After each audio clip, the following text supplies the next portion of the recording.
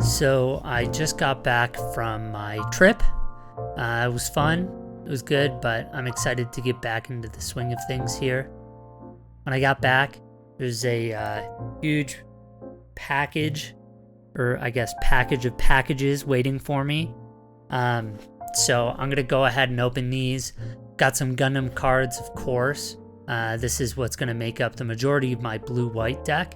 But I've also got some Edison cards here as well, so don't be too shocked if you see a Yu-Gi-Oh card in here. I think after I go ahead and open these, I'll do a deck profile, right, with locals tomorrow. I'll kind of go through the deck that I'm planning on playing for the foreseeable future. I'm sure there will be some changes every week, but yeah, this is kind of my plan for this meta.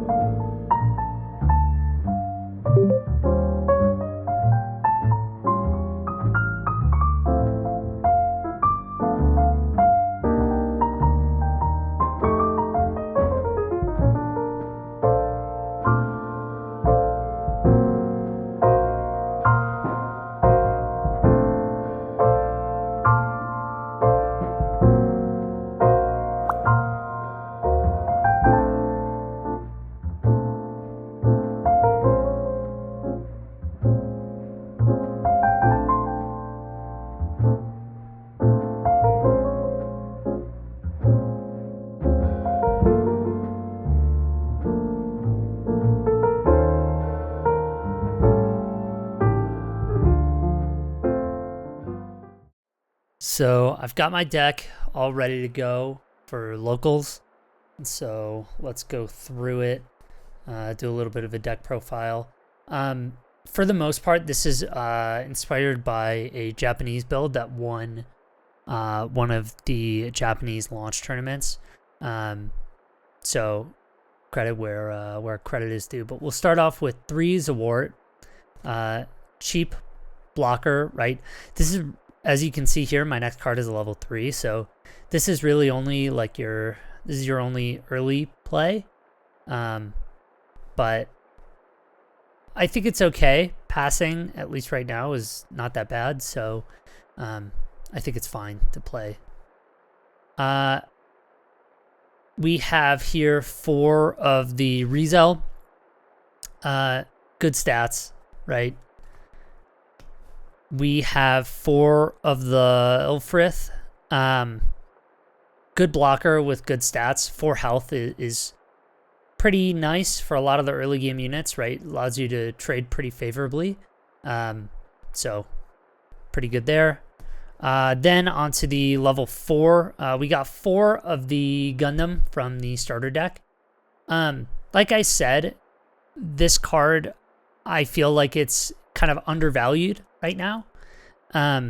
Repair 2 is so crazy, and the +1 AP, it does come up.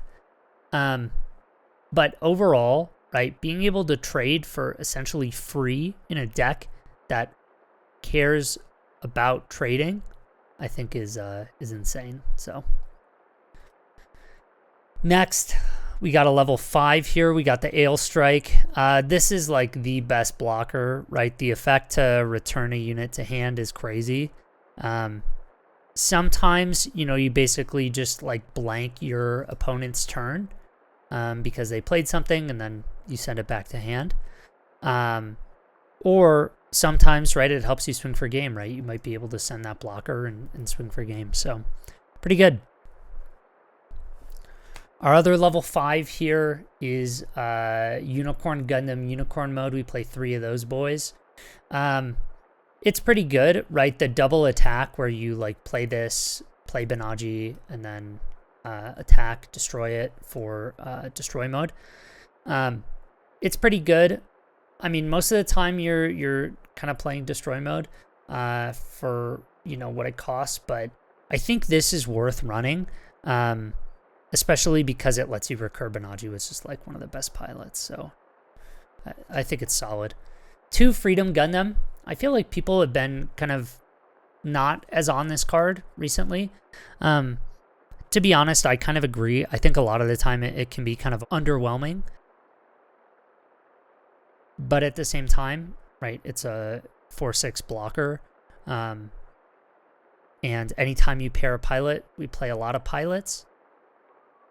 You give an enemy unit -2, so it lets you, trade favorably as well. So it's still good. I think it's still worth playing. Like, I see lists playing 1 or 0, and I think that's kind of crazy, right? It's still a good card, but I don't think it's as broken as people, kind of expected it to be. Next, we have 3 of the Unicorn Gundam Destroy mode. This card's insane, right? Especially when you get it with the Benaji. It's just like, it really comes in and surprises people, right? Being able to rest something that your opponent wasn't expecting, really, really strong. And then we have the Benaji. We play 4.